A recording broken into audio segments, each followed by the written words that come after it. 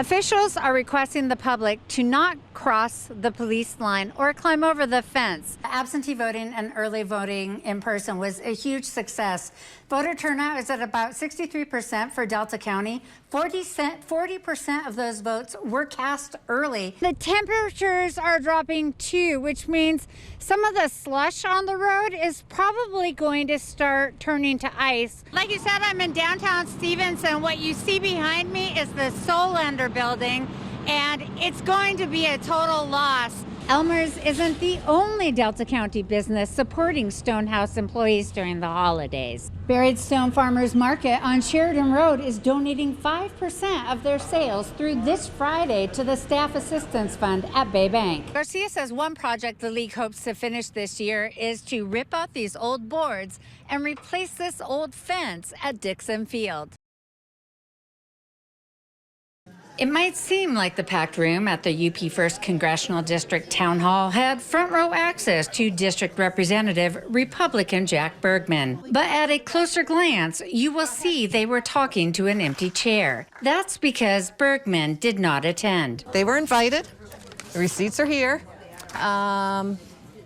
What they said is they did not get a formal invitation. Escanaba resident Teresa Ross organized the town hall. Basically, I got mad and decided that phone calls to Representative Bergman's office was not cutting it, that I needed to do something more. Bergman hasn't held a town hall in the UP since 2017. In an interview with TV6 last week, Bergman said town halls had become too disruptive, but he shows up for constituents in other ways. The bottom line is we will always be available to meet with constituents in small groups and talk about issue things, but we're not doing drama. Sorry. Some of Bergman's constituents drove hours to be at the town hall. I'm part of the Sault Ste. Marie tribe of Chippewa Indians, but I reside in Baraga, Michigan. Kids are not eating at home.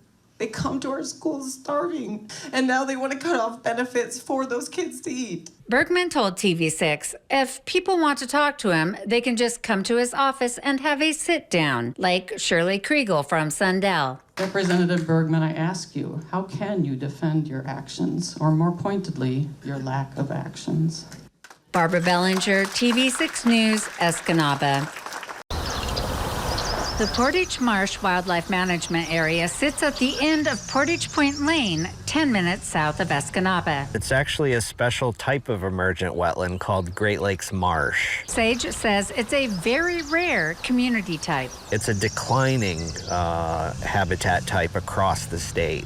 The DNR wildlife biologist says the wetland covers almost 600 acres and it's home to over 100 species of wildlife. This is a really big stopover point for all kinds of different bird species during migrations. The public area has 2 viewing platforms, a boat ramp, resting benches, and a 1-mile walking trail that will take you from grass to sand. The area is accessible year-round, but soon will be a prime time to visit. You have the beach. We're not quite into beach weather yet, but we got the beach. People come here for that. We have the birds that you can hear singing in the background. Sage says the beach is undeveloped, does not have lifeguards, and looks different every year. How are some of the ways the beach changes, like based on water levels? Yeah, when the water level changes, it changes the way plants grow on the beach.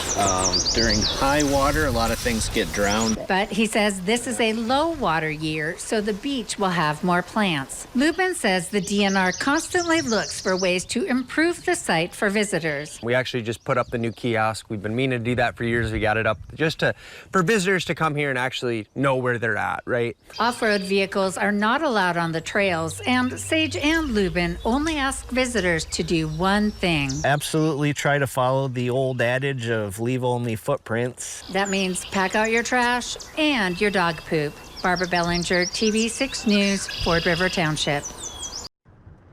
I don't fill the sink with water when I do dishes. I usually fill a pan or bowl that needs to be washed. Our family has limited showers. Hi, single mother here. My water has more than doubled, and I'm at the point right now that I have to limit showering and have been going to the laundromat to do my washing. These are just a few of the comments I received on Facebook when I asked Escanaba residents if they changed their water habits after last year's utility rate increases. Now, the city is proposing raising the rates again. At its final budget workshop last week, the city announced a 5% wastewater rate boost and an 8% hike for water for fiscal year 2025 to 2026, which starts July 1st. That's the same water rate increase as last year, with 1% more for wastewater. In his report presented at that budget meeting, City Manager Jim McNeil noted that projects like the recently completed $14 million upgrade to Escanaba's wastewater treatment plant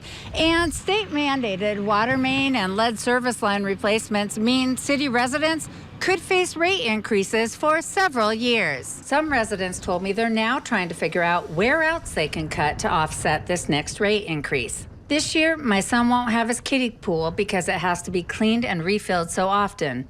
No garden for me this year, and also no watering the lawn. I've decided not to set up a pool for my grandkids. Last Thursday, I emailed city leaders to ask for an interview on the upcoming utility rate increases. In his reply, McNeil said, "We are going to be preparing our own memo on the state of utilities, including rates." Yesterday, I again asked McNeil for an interview, but have not yet heard back. I will keep you updated as I learn more. Barbara Bellinger, TV6 News, Escanaba. Matt Romps served up shrimp tacos, homemade chips, and chicken Caesar salads at the Stonehouse restaurant today. We decided to open a food truck. We bought Matt Wiles' food truck, and we're doing a little dry run today. Matt and his brother John Romps co-own the Stonehouse. The Romps family has been thinking about what comes next since the original restaurant burned to the ground in December. Matt says putting up a new brick and mortar location is on the menu, but it's going to take time. We're meeting with the designers right now. Everything's looking good so far, but we don't have anything in concrete yet. And that's where the food truck comes in, built on the ashes of the original. We're going to be open tomorrow for lunch and into the evening a little bit, and then we're just going to take it day by day to keep us busy for the summer. The menu will include rotating customer favorites. We're going to post our specials on Facebook every day, and every day is going to be a little bit different. You can take a meal to go or hang out for a visit. Even though today's a little cold and windy, this outdoor seating area is a place where you're going to be able to sit down, eat lunch, and enjoy when our spring weather finally gets here. The food truck opens at 11:30 in the morning, but closing times will vary. We're just going to run until we run out of food. John says if you've been holding on to your Stonehouse gift card, bring it on down to the food truck for some good eats and familiar faces. Barbara Bellinger, TV6 News, Escanaba.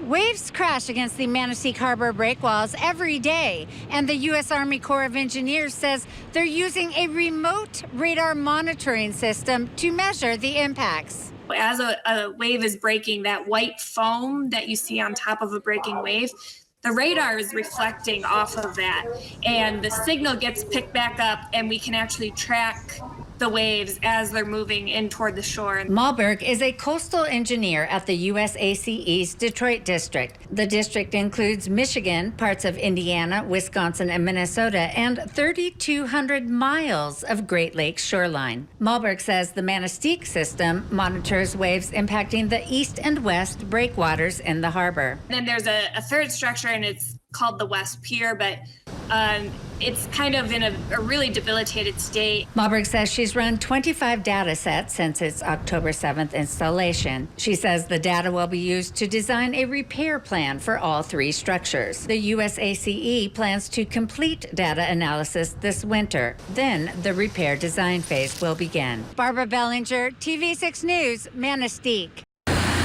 Delta County anglers say the weather forecast looks great for opening day of walleye season. A little bit of overcast, maybe a little bit of rain and fog, and definitely some walleye chop. Walleye chop means waves will make the surface of the lake a bit choppy. The fish like it, more likely to bite.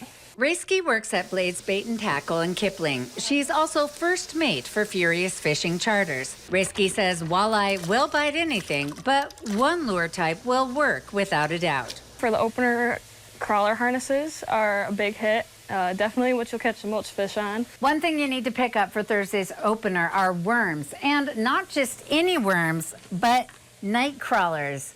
They're bigger than regular worms, and they fit on that night crawler harness. Any worms you don't use tomorrow could catch you a first-place fish this weekend. This Saturday, it's a 3 walleye tournament. We're all putting in at the North Shore boat launch. Alimenti says the key to doing well in tournaments is to know where to fish. The fish are going to be closer to inshore, and they're going to be in the warmer water this time of year where the food is. He says the wind should pick up midday Saturday, and that's when the walleye should really start biting. When that wind starts blowing, the fish feel a little more comfortable and get a little more aggressive. Alimenti says if your boat is larger than 17 feet, avoid the Ford River boat launch. Some sections of water are only inches deep. Barbara Bellinger, TV6 News, Little Bay de Noc.